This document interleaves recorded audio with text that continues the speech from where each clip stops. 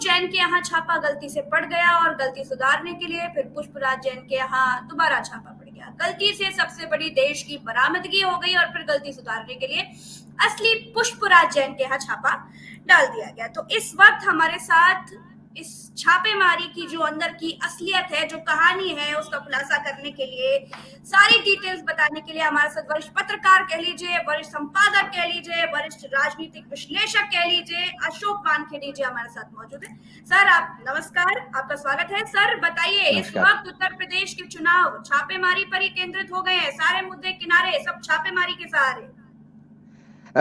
प्रज्ञा जी, कुछ जब ये छापे पड़े, क्योंकि मैं बिजनेस रिपोर्टिंग भी करता आ रहा हूं एक समय से और दिल्ली में बैठा हूं, तो अधिकारियों के साथ बहुत सारे संबंध भी है। तो इस इंडस्ट्री को, इस सेक्टर को, खासकर आईआरएस जो लॉबी है, रेवेन्यू सर्विस वाली, जो इनकम टैक्स से लेके जीएसटी तक, पहले तो कस्टम और एक्साइज हुआ करता था, अब जीएसटी है। इनमें विभिन्न लेवल पे अच्छे अधिकारी, बुरे अधिकारी, सभी टाइप के अधिकारी है और एक पत्रकार होने के नाते सभी के साथ संबंध है। ये जो तड़का लगा राजनीति का और ये जो समाजवादी इत्र की बदबू और खुशबू के बीच में लड़ाई चलने लगी, तो मुझे लगा कि इस छापेमारी की असली कहानी क्या है, ये ढूंढी जाए।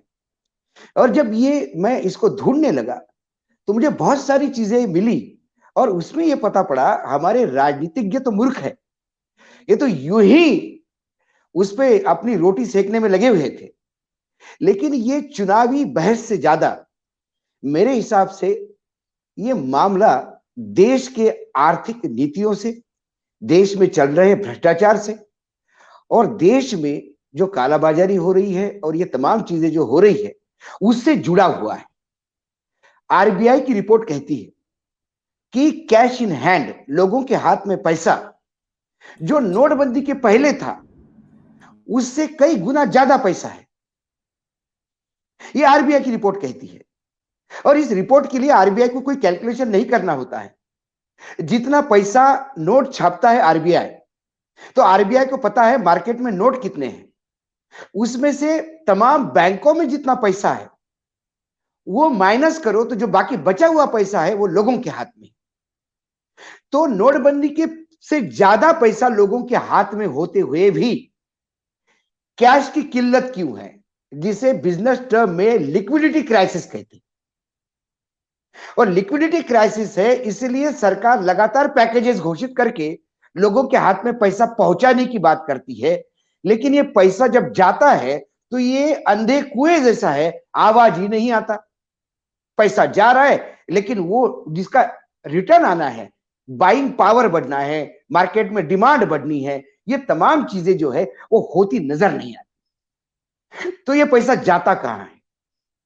ये जो पुष्पराज जैन की यहां कैश मिला, जी जी, ये वैसा पैसा है जो ऐसे, सॉरी, पीयूष जैन के यहां जो कैश मिला, पुष्पराज क्या तो अभी तो कुछ पता नहीं पड़ा, पीयूष जैन के यहां जो कैश मिला, ऐसे 10 से 12 पीयूष तो कानपुर में ही है। कानपुर में जो गुटखा प्लेयर्स है उसके बीच। अब हम आते हैं गुटखा इंडस्ट्री। इतना पैसा कहां से आता है सर? मैं उसी का बताता हूं। प्रज्ञा जी, ये बड़ा कोई रॉकेट साइंस नहीं है। जिस एटम पे बहुत ज्यादा टैक्स होता है वहां टैक्स चोरी होती है, क्योंकि टैक्स चोरी से फायदा बहुत होता है। अब आप उदाहरण के तौर पे लीजिए कि पान मसाला और गुटखा पे 28% जीएसटी है और 124% एक्स्ट्रा ड्यूटी है, यानी गुटखे पे टोटल 152% के टैक्स है।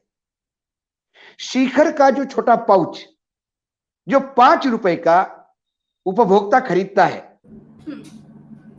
उस पे 3 रुपए टैक्स जाता है, 2 रुपए उसकी कीमत है। अब उस 2 रुपए की कीमत में उसका फायदा भी आ गया मैन्युफैक्चरर का। 2 रुपए पे 50 पैसे तो कमाता होगा, 25 पैसे तो कमाता होगा। और यदि वो टैक्स चोरी करता है तो जिस 5 रुपए के पाउच पे उसको 25 पैसे मिलता, उसको मिलता है 3 रुपए 25 पैसे। ये इसका प्रॉफिट मार्जिन है। इसलिए तमाम गुटखे और पान मसाला का जो मार्केट है जो मार्केट में यदि 100 पाउच बिकते होंगे उदाहरण के तौर पे, उसमें 20 पाउच ऐसे हैं जिस पर टैक्स जमा होता है जो लीगल है, 80 पाउच बिना टैक्स के जाते हैं। तो इन फैक्ट्री वालों को करना क्या होता है? कागज पे एक फैक्ट्री होती है जिसका एक प्रोडक्शन तय होता है। जी। सपोज एक मेरी फैक्ट्री है, अशोक लिमिटेड, अशोक ब्रांड की एक फैक्ट्री है। उस फैक्ट्री की कैपेसिटी है रोज के 10,000 पाउच। मेरी डिमांड है 2 लाख पाउच की। मैं 10,000 पाउच निकालता हूं, उस पर टैक्स देता हूं 3 रुपए पर पाउच पे, और बहुत ही अच्छा शहरी होने का एक सर्टिफिकेट लेता हूं। लेकिन मेरी डिमांड है 1 लाख पाउच की। तो फिर मैं क्या करता हूं, जो 90,000 जो पाउचेस है मैं फैक्ट्रियों में बनाता हूं जो कागज पे नहीं है,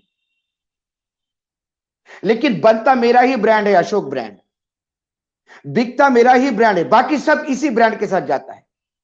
तो 90,000 पे मैं 1 पैसा टैक्स नहीं देता।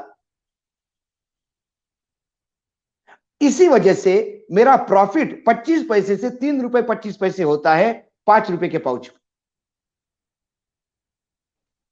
मैं आंकड़ों के पे आऊंगा कि जो मार्केट के आंकड़े मुझे मिले हैं, कौन सा गुटखा पर डे कितना करोड़ कमाता है प्रॉफिट, ये भी मैं आंकड़े बताऊंगा। तो ये जब ट्रेंड होता है, तो जब आप, अब इसमें मल्टी लेयर है, यदि मैंने एक ही फैक्ट्री कागज पे दिखाई और मेरी 5 फैक्ट्री बिना कागज की चल रही है, तो मुझे माल भी एक ही फैक्ट्री का कागज पे लेना पड़ेगा। 5 फैक्ट्री का माल भी मैं नंबर 2 में लूंगा। फिर उसके जो पाउच है प्रिंटिंग के, वो भी नंबर 2 में लूंगा। वो जो मशीनें हैं वो भी नंबर 2 में लूंगा। प्रीमाइसेस किसी और के होंगे, बाहर कुछ बोर्ड और का होगा, अंदर मेरा माल बिकता होगा। और कल गलती से रेड पकड़ ली तो मैं कहूंगा कि मेरा डुप्लीकेट माल कोई बना रहा था, मेरा कोई लेना देना नहीं। तो उसमें भी बचने का रास्ता। जब बहुत ज्यादा जीएसटी का प्रेशर आता है ऊपर से कि इतना टैक्स कम क्यों कलेक्ट हो रहा है, आप गुटखे वालों से क्यों नहीं खरीदते, तो ये क्या करते हैं, अपना ही माल नकली माल समझ के कहीं मध्य प्रदेश में, कहीं गुजरात में, कहीं कर्नाटक में पकड़वा देते हैं। वो केस बनता है, वो एक ट्रक वाला पकड़ा जाता है, वो कहां से बना क्या नहीं, इसका कोई इन्वेस्टिगेशन नहीं होता, लेकिन सब दूर होता है कि देखो अशोक ब्रांड का नकली माल पकड़ा गया। फिर मैं वो पेपर कटिंग और बाकी दिखाता हूं, सर मैं क्या करूं, मैं तो इतना ही बनाता हूं, जो आप कह रहे हो बहुत ज्यादा बिक रहा है, वो मेरा नकली माल बिक रहा है, मैं क्या करूं। ये स्टोरी बताई जाती है। अब हुआ क्या, इसमें जो बड़े प्लेयर है वो गुटखा निर्माता, दूसरा उसका सप्लायर, सप्लायर में कत्था, सुपारी, मशीन्स और पैकेजिंग मटेरियल, ये बड़े प्लेयर हैं। तो अब चलते हैं हम, उसके पहले मैं एक बात बता दूं, ये जो पैसा कमाता है गुटखे वाला, ये बेचारा सही मायने में दिल से समाजवादी है। वो नेता, पुलिस, इनकम टैक्स, जीएसटी किसी को नाराज नहीं करता। कुछ पत्रकार, इनको भी इनका शेयर चला जाता है, तो सब खुश, सब भगवान पे प्रसाद चढ़ता है, सब भगवान का आशीर्वाद है, तो भक्त फल फूल रहा है। अब आते हैं 1 महीना 1.5 महीना पहले, आज से क्या हुआ, ये रेड्स क्यों हुई।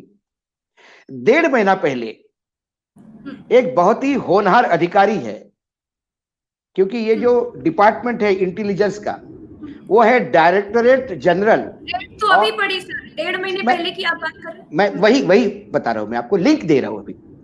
एक है directorate general of GST intelligence, जिसको डीजीजीआई कहते हैं। ये इंटेलिजेंस एजेंसी है जीएसटी की। एक तो जीएसटी रेगुलर कलेक्ट करने वाले, एक इंटेलिजेंट एजेंसी है, जैसी कोई कहा कुछ चोरी नहीं तो होने रही, कोई नंबर 2 का काम तो नहीं कर रहा, ये एजेंसीज है, इनके अलग अलग जोनल ऑफिस है। तो दिल्ली के हेडक्वार्टर में बैठे हुए एक बड़े अधिकारी ने एक रेड की आज से 1.5 महीना पहले, और रेड हुई अशोक चतुर्वेदी फ्लेक्स के मालिक के यहां। फ्लेक्स इंडस्ट्री क्या है? फ्लेक्स इंडस्ट्री इस देश के तमाम गुटके पान मसाले वालों को पैकिंग मटेरियल प्रोवाइड करते हैं, मशीन्स प्रोवाइड करते हैं। और अशोक चतुर्वेदी की एक खासियत और थी, तब एक्साइज डिपार्टमेंट हुआ करता था, अब जीएसटी है, इसमें इनका लाइसेंसिंग भी करता था। किसी को भी एक समय ऐसा था कि किसी को भी गुटखा यदि फैक्ट्री चालू करनी है तो सबसे पहले वो दरबार में हाजिर होते थे अशोक चतुर्वेदी के, फ्लेक्स वालों के, कि सर गुटखे का काम करना चाहता हूं। सबसे पहले सेटिंग आपको ऊपर टैक्स में करनी होती है, क्योंकि टैक्स की चोरी बगैर पैसा हुआ ही नहीं इसमें। तो जब आप टैक्स चोरी करोगे तो फिर आप मटेरियल भी अशोक चतुर्वेदी से ही लोगे, मशीन्स भी अशोक चतुर्वेदी से लो लेंगे। कोई दूसरी इंडस्ट्री फल नहीं पाई पैकेजिंग में, कोई दूसरी मशीन वाली इंडस्ट्री फल नहीं पाई गुटखा लाइन में, क्योंकि सिर्फ मशीन लेने से मतलब नहीं ना, सेटिंग कौन करवाएगा ऊपर?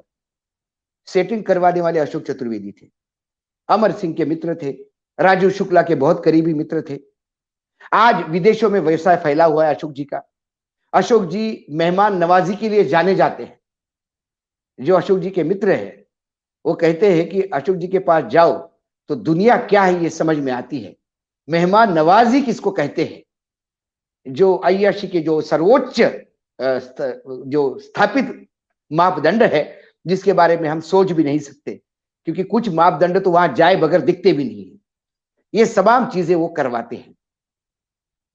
अब उस अशोक चतुर्वेदी के यहां जो नंबर 2 में पैकिंग मटेरियल सप्लाई हो रहा था, उसके डिटेल्स जीएसटी को मिले।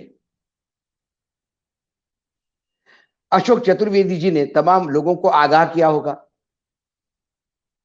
कि भाई तैयार रहो, रेड कभी भी हो सकती है। मेरे यहां से डिटेल ले लिए गए। उधर जीएसटी अशोक चतुर्वेदी का पूरा डॉक्यूमेंट्स और सब लेकर बाकी तैयारी कर रही थी। इतने में ये जो गुटखे वाले और पान मसाले वाले हैं, इनके अपने, जैसा मैंने कहा, चढ़ावा तो चढ़ता है तो सब अपनी दोस्ती यारी है सबसे। उन्होंने जब आगे अपने आकाओं को कहा तो उन्होंने कहा कि ठहरो, एक फ्रेंडली रेड पहले हम कर देते हैं। यदि तुम पे पहली एक बार रेड हो गई तो उसके बाद यदि कल ऊपर से आया कि भाई ये कुछ मिला है, एक रेड करनी है, बोले अभी तो की कुछ नहीं मिला उसके पास, तो कुछ फ्रेंडली रेड करवाई गई। ऐसी रेड करवाई गई। ऐसी रेड शिखर पे हुई, मनेसर के प्लांट पे गुड़गांव की जीएसटी वालों ने की, मतलब इंटेलिजेंस यूनिट ने की। वहां आपको खबर भी नहीं आई होगी क्या मिला क्या नहीं मिला। फ्रेंडली रेड में चुपचाप रेड होती है, रिकॉर्ड पे रहती है।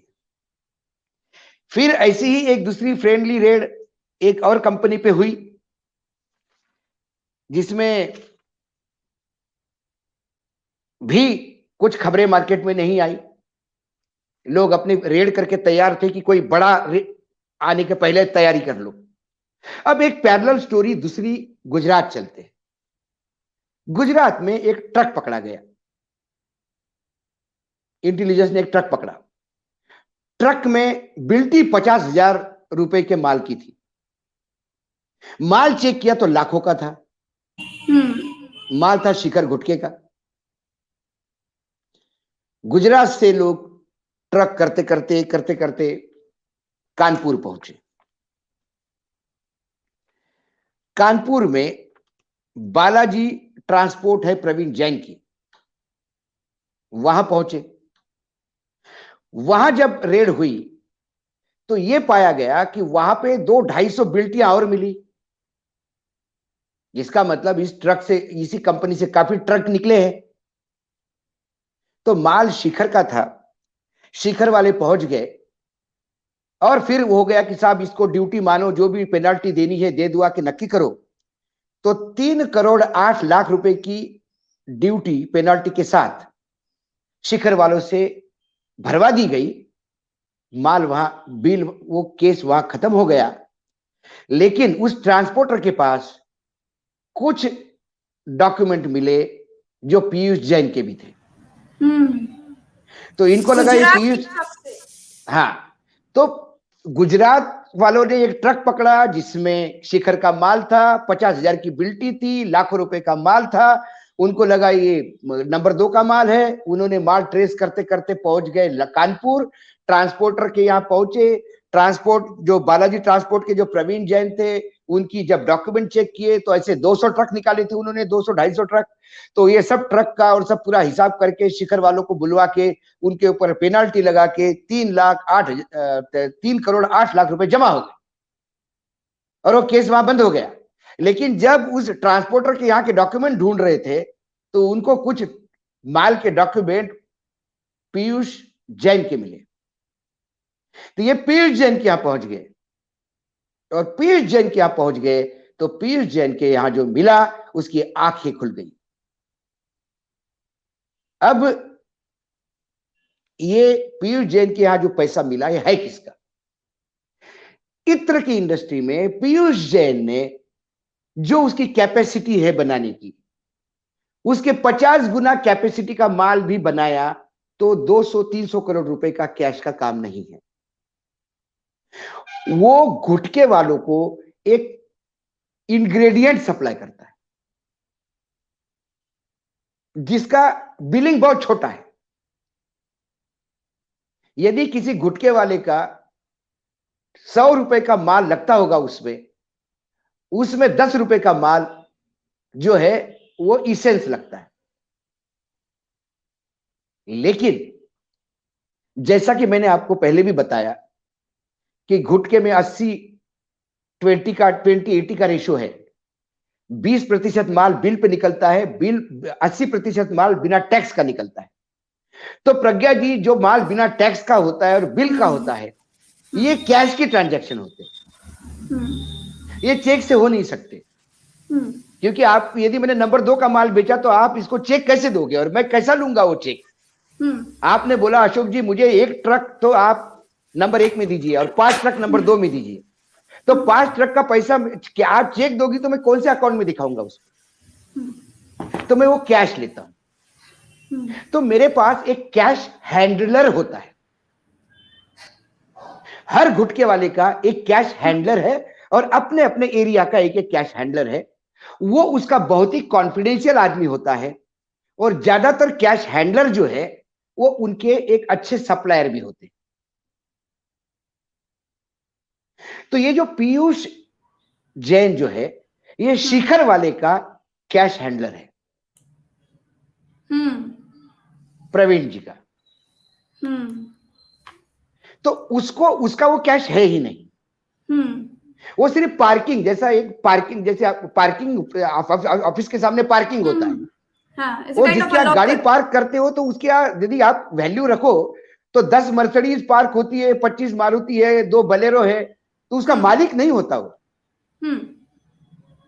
वो तो गाड़ी वाला गाड़ी रख के जाता है, जब जाता है तो उसको पैसे देके निकल लेता है। लेकिन सर यहाँ तो मामला बिल्कुल बहुत बड़ी बड़ी कार्रवाइयां होती नहीं, बता रहा दिनों तक फंसाया रखा मैंने, जाता वही है, तो वही तो उन नोटों को नहीं, ये कोई बड़ी रॉकेट साइंस नहीं है प्रज्ञा जी। सरकार को यदि चाहिए तो वो जो नोट है वो कब छपे ये पता पड़ जाएगा। नोट के नंबर से पता पड़ता है कि कौन से लॉट में कब छपा है। वो कैश कब छपा है आपको पता पड़ेगा, तो आपको पता पड़ेगा ये 2017 के पहले का है कि अभी का है। लेकिन इस पे कोई काम नहीं कर रहा है। मैं इस पे क्यों बोलता हूं कि ये नंबर, ये इसमें खेल हो रहे हैं, इसका भी मैं आऊंगा आपके पास। तो ये क्या घोटाला सर तो हुआ क्या, ये जब पैसा पकड़ा गया इतना, तो ये जीएसटी के इंटेलिजेंट यूनिट को भी मालूम नहीं था कि ये हैंडलर है, नहीं तो वो भी हाथ नहीं डालते। क्योंकि सबको पता है एक दूसरे का। प्रवीण, लेकिन जब कैश मिल गया इतना और ये फोटो लीक हुए। जैसे ही फोटो लीक हुए तो पीयूष जैन को पुष्पराज जैन समझकर प्रधानमंत्री से लेकर मुख्यमंत्री कूद पड़े। जब तक उनको ये समझ में आ गया कि ये अलग है, तब तक बहुत बोल चुके थे। अभी भी स्पोक्स पर्सन और गोदी मीडिया इसी कैश को लेकर समाजवादी से जोड़ रहे। समाजवादी वाले हंस रहे थे क्योंकि उनको मालूम था कि इससे कोई लेना देना नहीं, उनका आदमी सेफ है। जब ये पता पड़ा सबको कि हम जिसको समाजवादी का कह रहा वो है नहीं, लेकिन कह तो गए कि समाजवादी का पैसा है, तो फिर एक समाजवादी के जो ओरिजिनल आदमी है उस पर भी इनकम टैक्स की रेड हुई, पम्मी जैन। अब मैं बार बार लोगों को कहता हूं, रेखांकित करता हूं, दो तीन चीजें दर्शकों को बड़ी क्लियर कट समझनी चाहिए। ये जो समाजवादी वालों ने प्रेस कॉन्फ्रेंस ली थी सबसे पहले, वो इनकम टैक्स रेड जो समाजवादी पार्टी के स्पोक्सपर्सन और अखिलेश के नजदीकी आदमी के घर हुई थी, उसके बारे में उन्होंने कहा था कि इनकम टैक्स का दुरुपयोग कर रही है। लेकिन पीयूष जैन की यहां जो रेड हुई वो इनकम टैक्स नहीं थी, वो जीएसटी के इंटेलिजेंट यूनिट की थी। और अब पुष्पराज जैन की यहां जो रेड हुई है वो भी इनकम टैक्स की है, जीएसटी वालों की नहीं है। अलग अलग है ये। लेकिन अपने देश में एक रूल है, कोई भी एजेंसी जब कहीं रेड करती है और जो चीजें मिलती है उस हिसाब से अलग अलग एजेंसी को इन्वॉल्व किया जाता है। फेक करेंसी मिलती है, गोल्ड मिलता है, ईडी को बुलाया जाता है, कैश मिलती है, इनकम टैक्स को बुलाया जाता है, ड्रग्स मिलते हैं, नारकोटिक वालों को बुलाया जाता है। जो पीयूष जैन के यहां जो रेड हुई उसमें गोल्ड के लिए तो ईडी को बुला लिया, लेकिन कैश के लिए अभी तक इनकम टैक्स को नहीं बुलाया।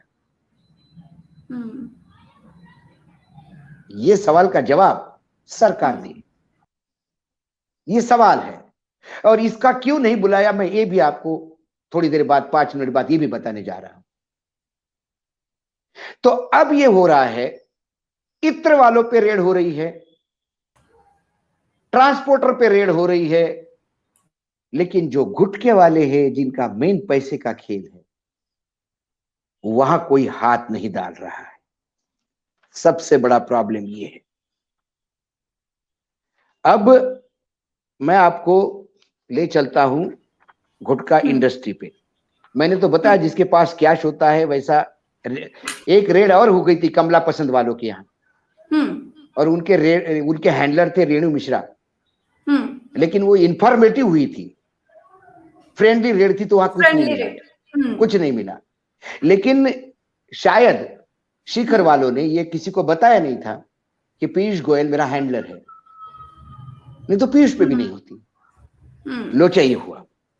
अब आप आइए कि होता कैसा है। जो मार्केट की मेरी खबर है, और मैं ये कोई मेरी मार्केट की रिसर्च खबर है, शिखर के जो प्रदीप जैन हैं, इनकी रोज की इनकम 3 करोड़ रुपए है प्रॉफिट गुटखा से। जो विमल गुटखा है दिलीप लालवानी जी का, उनका मार्केट का फिगर 12 करोड़ बताया जाता है रोज का। ये मैंने 2 उदाहरण के दिए। बाकी अरोड़ा जी का दिलबाग है, चौरसिया का राज दरबार है, पान पसंद है, कुबेर का पान बहार है, और विकास मालू का चैनी खेनी है। अब ये मैं आपको कहता हूं कि इनके पास इतना पैसा आता है, सरकार को ये पैसा दिखता नहीं, भले ही कागज पे नहीं हो, लेकिन इनकी लाइफस्टाइल बताती है कि इनका पैसा क्या है। मुझे जो गुटखे के बड़ा व्यापारी था वो बता रहा था कि साहब ये दिलीप लालवानी साहब जो है, वो जो जूता है वो 16 लाख का पहनते हैं। कोई इंटरनेशनल ब्रांड है जो मगरमच्छ के चमड़े का होता है। ये जो राज दरबार वाले चौरसिया साहब थे, अभी 1.5-2 महीने पहले उनकी बेटी की शादी पेरिस में की इन्होंने, और यहां से चार्टर्ड प्लेन से लोग गए थे, और ये सारे तंबाकू पान मसाले वाले गए थे। यदि सरकार को चाहिए तो जिन प्लेन में जितने लोग गए उनकी लिस्ट यदि डीजीसीआई से निकाल ले और उनका ही सर्वे करे तो मुझे लगता है कि इस देश में सारे किसानों का कर्जा माफ हो जाएगा, इतना पैसा हो जाएगा। ये लोग अभी, इसमें एक और नाम है रजनीगंधा। उन्होंने, ये तो रजनीगंधा तो एकदम शुरुआत वाले लोग हैं। उन्होंने पैसा कमाया, स्विट्जरलैंड शिफ्ट हो गए, अब डाइवर्सिफाई किया, कैच ये वो। अभी पिछले सप्ताह की जो खबर है मेरे पास, ले मैरिश करके एक चेन है स्टोर्स की, इंटरनेशनल चेन भारत में, वो पूरी की पूरी चेन उन्होंने खरीदी, ऐसा बताया जाता है। ये सब एक दूसरे के दोस्त क्यों हैं? अब दर्शक पूछेंगे कि ये तो कॉम्पिटिटर होने चाहिए। भारत एक सब कॉन्टिनेंट है, उपमहाद्वीप है, बहुत बड़ा देश है, खाने वाले अथाह है, 135 करोड़ का देश है ये। तो हर गुटखे और पान मसाले का एक एरिया है जहां वो सबसे ज्यादा पॉपुलर है। उस एरिया में उसके ब्रांड का टेस्ट चल गया। यदि उत्तर प्रदेश के गोरखपुर और कुछ इलाके में एसएनके चल रहा है तो फिर वहां शिखर नहीं चलेगा, तो वहां उसका राज्य है। ऐसा पूरा भारत जो है, ये गुटके वालों ने अपने अपने हिसाब से बांट लिया है। तो कोई एक दूसरे के टेरिटरी में एंट्री नहीं करता, करने की जरूरत भी नहीं करती, क्योंकि टेस्ट का मामला है। यदि आपको सरसों में खाना अच्छा लगता है तो आप मूंगफली का तेल क्यों खाएंगे? मैं मूंगफली का तेल में अच्छा लगता है तो मैं सरसों नहीं खाऊंगा। तो सरसों बेचने वाला भी खुश, मूंगफली बेचने वाला भी खुश, उसको लड़ाई नहीं करनी पड़ती। इसलिए सब एक दूसरे के दोस्त है, ये समधी भी है। शिखर के जो प्रदीप जैन है, इनकी बेटी रजनीगंधा वालों के यहां ब्याही है। ये ऐसे संबंध है, लेकिन कुछ इसमें संयोग है। अब ये तो बड़े ब्रांड के, छोटे मोटे भी ब्रांड है जो जिले जिले के हैं, जैसा एसएन के है, एक शुद्ध प्लस है। इनके बीच में रेड होगी तो 400 करोड़ रुपए डिस्क्लोज हुए हैं। सर ये वाली रेट सामने क्यों नहीं आती है? ये नहीं आती। मैंने वहां कुछ एडजस्टमेंट वाली रेट होती कि बहुत ज्यादा तेरा माल उधर पकड़ा गया, 4 राज्यों में तेरा माल पकड़ा गया, बहुत प्रेशर है, तो एक रेड करके कुछ डिस्क्लोज करवा दो सर। अब जिसकी रोज 12 करोड़ की कमाई होगी उसको 3 करोड़ रुपए दे बोला, या जिसकी 3 करोड़ की रोज की प्रॉफिट है कैश में, यदि उसको बोला कि तू 4 करोड़ की पेनाल्टी दे, तो वो बोलेगा तू 6 करोड़ की ले जा। उसके बाद ये तो एक सेक्टर बताया मैंने, लेकिन मैंने शुरुआत में ही आपको बताया था कि इन लोगों को जो सप्लाई करते हैं वो भी नंबर 2 में ही सप्लाई करते हैं, क्योंकि वो कैश में कम काम है उनका। तो एक कत्था और सुपारी के किंग है भारत के, प्रदीप गर्ग। 90% सुपारी और कत्था का ट्रेड इनके कंट्रोल में है। 25 दिन दुबई में रहते हैं, 4-5 दिन इंडिया में आके एक बार करके जाते हैं। यहां भी कैश जनरेशन हेवी है, क्योंकि नंबर 2 में सप्लाई करना है। जब सप्लाई करने वाला आपको चेक से पेमेंट नहीं देगा तो फिर आप चेक से पेमेंट ले कैसे सकते हो? आप क्या दिखाओगे कि अशोक वानखेड़े ने प्रज्ञा जी को चेक दिया, तो क्या दिखाओगी आप? इनकम टैक्स पूछेगा ये चेक कहां से आया, तो आपको बताना पड़ेगा कि मैंने सुपारी दी। तो फिर वानखेड़े जी सुपारी कहां से लाए, आपने कहां दिखाई सुपारी आप? तो जब नंबर 2 का ही माल गुटके वाले बेचते हैं तो लेने का माल भी नंबर 2 में आता है। तो सुपारी और कत्था ये सबसे बड़ा खेल है, इसमें करोड़ों रुपए का ट्रांजैक्शन कैश का। इत्र तो जो है इसमें जो इसेंस है वो तो कानपुर और कन्नौज और इसी एरिया में आता है और बहुत उसका लिमिटेड स्कोप है। लेकिन सुपारी पे कोई हाथ नहीं डालता। सुपारी पे डंपिंग ड्यूटी है। सुपारी का दूसरा खेल बता रहा हूं मैं आपको। मतलब यदि हम इंपोर्ट करते हैं बाहर से तो उसके ऊपर बहुत ज्यादा हेवी ड्यूटी लगती है। तो सुपारी नेपाल से आती है और एक म्यांमार के रास्ते से आती है नॉर्थ ईस्ट होते हुए, तो उसका चेक पोस्ट नंबर 2 वालों का भी चेक पोस्ट होता है। तो उसका चेक पोस्ट आसाम के मुख्यमंत्री है। कोई भी आसाम का मुख्यमंत्री हो, सुपारी वालों को उनके दरबार में चढ़ावा चढ़ाए बगैर उनकी नंबर 2 की सुपारी भारत पहुंच ही नहीं सकती। तो सुपारी एक बहुत बड़ा पैसे का स्रोत है। आसाम सर के अगर मुख्यमंत्री राम राज्य वाले हो, राम राज्य कौन सा, नहीं मैं ये भी बताऊंगा, मैं आपको राम राज्य कैसा होता है ये भी बताऊंगा। तो ये मैंने आपको पूरा खेल बताया, लेकिन होता कैसा है, जो सत्ता में आता है गुटखा पान लॉबी उनके दरबार में चली जाती है। एक डॉक्टर इस देश का स्वास्थ्य मंत्री बना, डॉक्टर हर्षवर्धन, उसने कहा कि ये गुटखा बैन होना चाहिए देश में, तीसरे दिन उनका मंत्रालय बदल गया। ये राम राज्य है। तो एक कहावत है हिंदी में, खीरा कटेगा तो सब में बटेगा। तो ये जो गुटखे का नंबर 2 का पैसा है, ये लोकल थाने से लेके, नेताओं से लेके, सेंट्रल गवर्नमेंट के मंत्रियों से लेके वित्त मंत्री तक जाता है। ये भले वित्त मंत्री कहे मैं नहीं लेती हूं, लेकिन नीचे ले रहे होंगे तो करप्शन है। अब ये मैं पूरी कहानी मैंने आपको सुनाई, उसमें कुछ संयोग है। संयोग इसमें भी संयोग है सर? संयोग है कुछ संयोग उसमें ये है, ये जो गुजरात में जिन्होंने ट्रक पकड़ा था, बहुत ऑनेस्ट आदमी माने जाते हैं विवेक प्रसाद। संयोग यह है कि ये कानपुर में 93, 95, 1993, 95 तक एक्साइज कमिश्नर थे। संयोग से इनकी दोस्ती प्रदीप जैन से अच्छी है। मैं संयोग कह रहा हूं, आरोप नहीं लगा रहा हूं, क्योंकि आदमी बहुत ऑनेस्ट माना जाता है। जो शिखर वाले पे रेड हुई मनेसर में, वो नीरज प्रसाद ने की, जो इनके रिलेटिव है। संयोग है, संयोग है। ये संयोग ये है, मैं थोड़ा और पीछे ले जाऊं आपको। सरकार को ये बात पता नहीं, ऐसी बात नहीं है। यशवंत सिन्हा जब फाइनेंस मिनिस्टर थे इस देश के, मैं बात 2001 की बोल रहा हूं आपको, तो 2001 में सीबीआई ने, जो सेंट्रल बोर्ड ऑफ टैक्सेस के जो चेयरमैन थे, सीबीईसी के चेयरमैन बीपी वर्मा, इनको अरेस्ट किया था। तब भी एक गुटखे का ही मामला था, एक्साइज का। उसमें अशोक चतुर्वेदी भी अटके थे और एक भावना पांडे नाम की महिला अटकी थी। भावना पांडे के द्वारा अशोक चतुर्वेदी गुटखा लॉबी का जितना भी फेवर लेना था वो सीधा बीपी वर्मा से लेते थे। सीबीआई का केस हुआ, बीपी वर्मा अरेस्ट हुए, भावना पांडे अरेस्ट हुई और यशवंत और अशोक चतुर्वेदी अरेस्ट हुए। बाद में छूट गए ये लोग, छूट गए मतलब जमानत पे छूटे, और केस क्या स्थिति में मैंने अभी ट्रेस नहीं किया, लेकिन बीपी वर्मा की मृत्यु हो गई। वो बहुत बड़ा स्कैंडल हुआ था, वो भी गुटखा लॉबी के लेके ही था।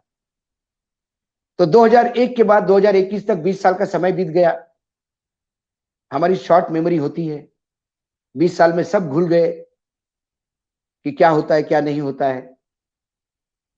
फिर ये गलती से कैश हैंडलर पकड़ा गया। ये सिर्फ गुटखे वाले का इन्वेस्टमेंट देखा जाए, इनकी लाइफस्टाइल देखी जाए, इनके खर्चे देखे जाए, तो पता पड़ता है कि 5 रुपए के पाउच में 3.25 रुपए वे कमाते हैं। सरकार के पास कुछ नहीं जाता। तो इस पूरे मामले में, क्योंकि चुनाव का माहौल था और इतना बड़ा कैश मिला था, और पी जैन को पम्मी जैन ये समझ बैठे, इसलिए इन्होंने हाका लगाया, मिल गया, समाजवादी का पैसा मिल गया, समाजवादी का पैसा मिल गया, इत्र का पैसा मिल गया, समाजवादी इत्र का पैसा मिल गया। और जब पता पड़ा अरे गलती हो गई, अब गलती तो सुधार नहीं सकते, तो इन्होंने इनकम टैक्स की रेट डलवाई। अब जहां बहुत ही मिनिमम सप्लाई है गुटखा इंडस्ट्री को, सुपारी वाले के पास जाओ ना, कत्थे वाले के पास जाओ ना, गुटखे वाले के पास जाओ ना, वहां जाएंगे नहीं, क्योंकि ये जाएंगे तो पूरी चेन का सप्लाई खत्म हो जाएगा। मैं कौन सी सप्लाई की बात कर रहा हूं? रिश्वत की सप्लाई की बात कर रहा हूं। फिर लोकल थाने वाला भी परेशान हो जाएगा, फिर इंटेलिजेंस यूनिट वाले परेशान हो जाएंगे, जीएसटी के अधिकारी परेशान हो जाएंगे। इतने बड़े कांड हो रहे थे, क्या जीएसटी कमिश्नर कानपुर को ये पता नहीं होगा? क्या इनकम टैक्स कमिश्नर कानपुर को ये पता नहीं होगा? क्या इंटेलिजेंस यूनिट कानपुर को ये पता नहीं होगा? सबको प्रज्ञा जी सब पता होता है, लेकिन सब आंखें मूंद लेते हैं क्योंकि पैसा बहुत जाता है। ऐसे ही आंखें मूंद लिए गए थे, लेकिन एक कांड हो गया। भावना पांडे नाम की जो महिला थी, वो बड़ी ओकल थी, फटकड़ी थी, मुंह फटती, खुले बोलती थी कि मैं वर्मा जी को ये एडजस्ट करती हूँ, वर्मा जी को ये करती हूँ, वर्मा जी को ये करती हूँ। उसमें ये बात इतनी लीक हो गई कि एजेंसीज हावी हो गई, सीबीआई ने, और फिर ऊपर की राजनीति बहुत हावी थी। जीएसटी में जब ये चेयरमैन बने तब इनके खिलाफ बहुत लोग थे, सबने मिलकर उनकी सुपारी ली और इस सुपारी के धंधे में सुपारी बच गई। भावना पांडे इशू हो गई, अशोक चतुर्वेदी बेचारे बलि के बकरे, लेकिन फिर से छूट गए वो। तब से वो थोड़े से लो प्रोफाइल करके काम करने लगे, विदेश में ज्यादा रहने लगे। ये काम है। अब कुछ सवाल है पीयूष जैन के सीजर पर। सवाल ये है कि कोई भी रेड कभी भी होती है, उसके फोटोग्राफ्स और डॉक्यूमेंट्स और उसकी इंफॉर्मेशन बाहर लीक नहीं हो सकती किसी भी हालत में, क्योंकि जिसके यहां आप रेड करते हो उसका भी राइट टू प्राइवेसी है। पीयूष जैन की भी राइट टू प्राइवेसी है। जब तक वो कोर्ट में मुजरिम घोषित नहीं होता और वो कैश नंबर 2 की कैश डिक्लेयर नहीं होती कानूनन, तब तक उसके प्राइवेसी का ख्याल एजेंसी को रखना होगा। ये फोटोग्राफ और ये वीडियोज अंदर के लीक किसने किए, क्यों किए गए? Point number 1। पॉइंट नंबर 2, जब कैश इतना मिला तो IT department, income tax department का इन्वॉल्वमेंट क्यों नहीं रखा गया? बीच में एक खबर आई थी 50 करोड़ रुपए जमा करके बाकी पैसा छोड़ने की बात हो रही थी, बाद में एजेंसी ने मना कर दिया। वो खबर गलत नहीं थी, वो धुआं उठा क्योंकि कहीं आग लगी हुई थी, लेकिन मामला इतना हाई प्रोफाइल हो गया और आपके जैसे पोर्टल्स जो है वो लोगों को सांस लेने नहीं देते, तो ये एकदम इतना उसका हो हल्ला हो गया कि वो वापस चले गए। क्योंकि इनकम टैक्स में कैश जाते से ही जीएसटी के हाथ से केस निकल जाएगा 90%। वो अपने हाथ में केस रखना चाहते। दूसरी बात, इतना बड़ा कैश मिला, ऐसा एक दिन में पीयूष गोयल ने क्या डिक्लेयर कर दिया कि एजेंसी को लगा अब इसको पूछताछ की जरूरत नहीं। जैसे ही पीयूष जैन कोर्ट में पेश हुए, कोर्ट ने उनको जुडिशियल कस्टडी दी, जीएसटी ने जुडिशियल कस्टडी का अपोज भी नहीं किया और रिमांड भी नहीं लिया। इसका मतलब जो कुछ इंफॉर्मेशन पीयूष ने बताई उससे वो खुश है, तो फिर जीएसटी अब चार्जशीट फाइल करे यदि उनके पास है तो। और आप रिमांड पे नहीं ले सकते हो क्योंकि आपको पता है ये पैसा किसका है। सारे आकाओं ने बोला होगा अरे गलती से आपने हाथ मार दिया, लेकिन अब इसको संभालो, हमारे आदमी को तकलीफ मत दो।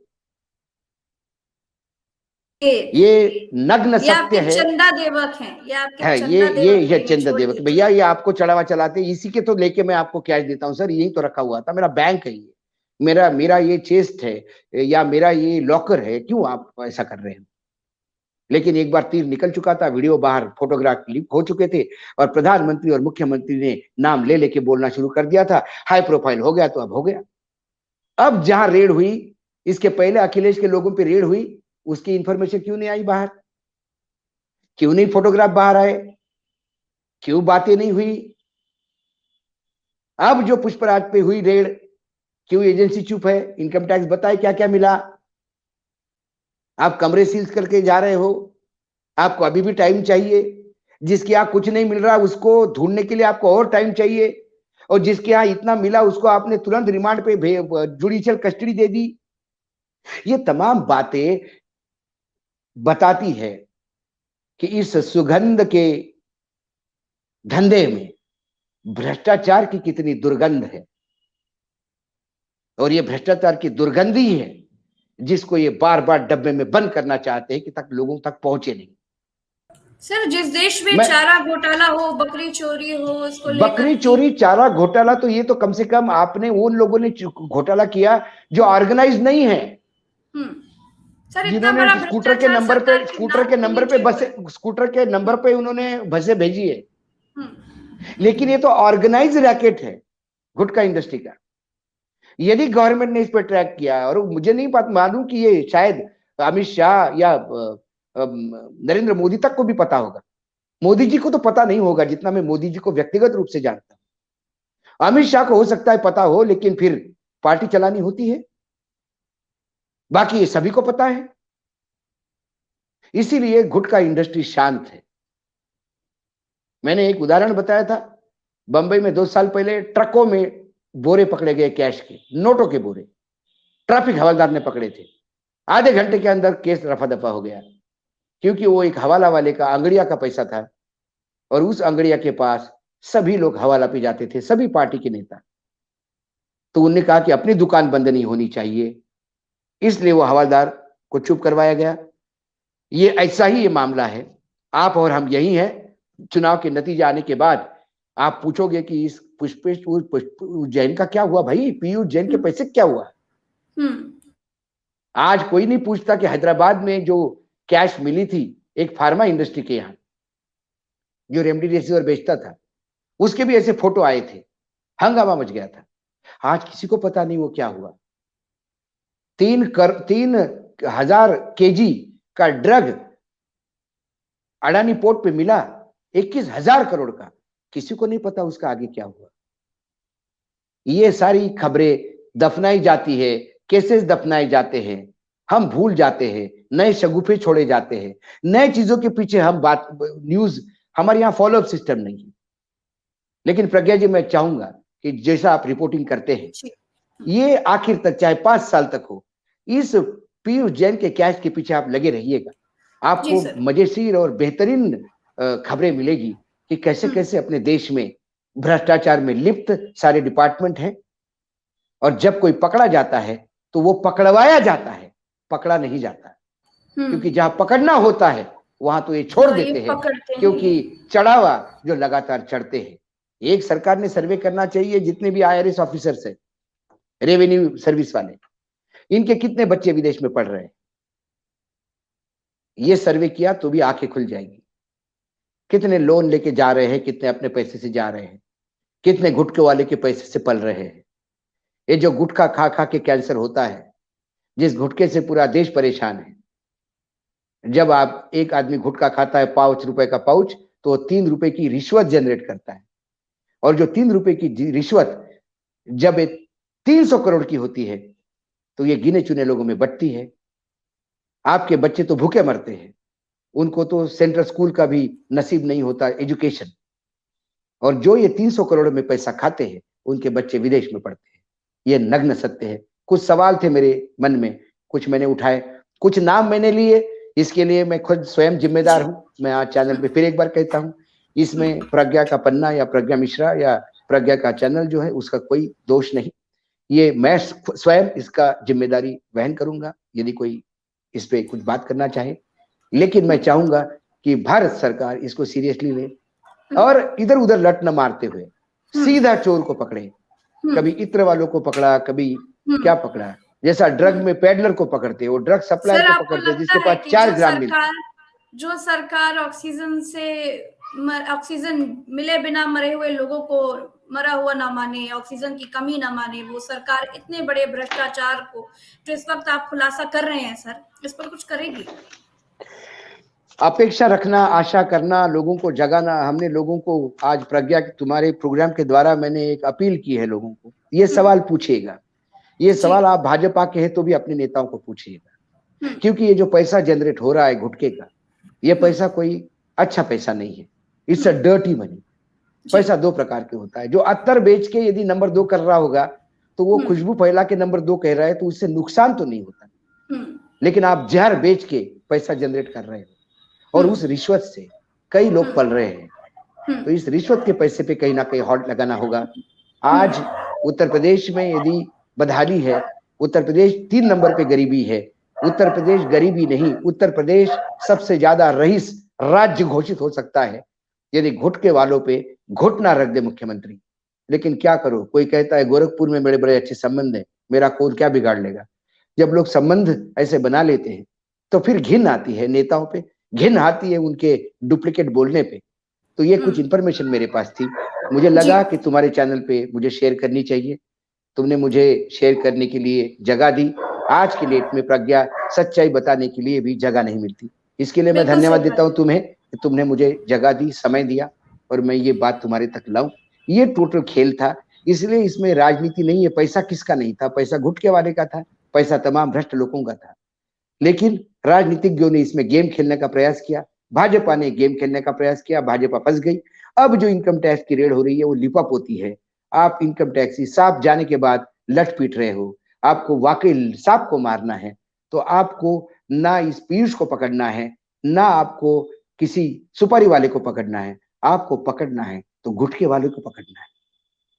तब पता पड़ेगा कि इस देश में भ्रष्टाचार का कितना बड़ा साम्राज्य खड़ा हो रहा है। इसलिए आरबीआई को नोटबंदी के पहले ज्यादा नोट लोगों के बीच में होते हुए भी नोट दिखते नहीं, क्योंकि नोट कुछ गिने चुने लोगों ने दबा के रखे।